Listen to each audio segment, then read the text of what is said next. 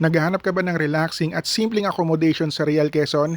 Then, Tierra Verde is the place for you. Meron silang available na tatlong A-houses na kayang mag-accommodate ng 3 to 5 person and meron din silang pangmaramihan na kayang mag-accommodate ng around 10 persons.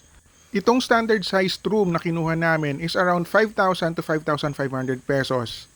Malamig yung lugar, presko, wala silang aircon, actually wala ring internet, mahina ang signal dito. Wala ring kuryente at meron lang generator around 6 PM to 6 AM only. You have to bring your own food and water. Malayo ang sari-sari store dito and almost around 15 minutes ang travel time para mapuntahan mo yung kukuhanan mo ng pagkain. After settling down, pwede kang bumaba sa view deck nila at ito ang iyong makikita.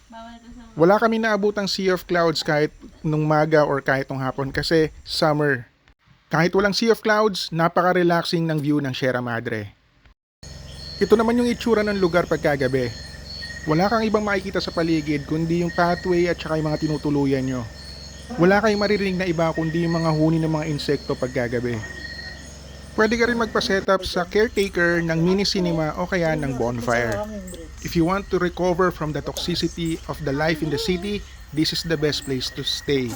Spend time with your family and friends and be one with nature.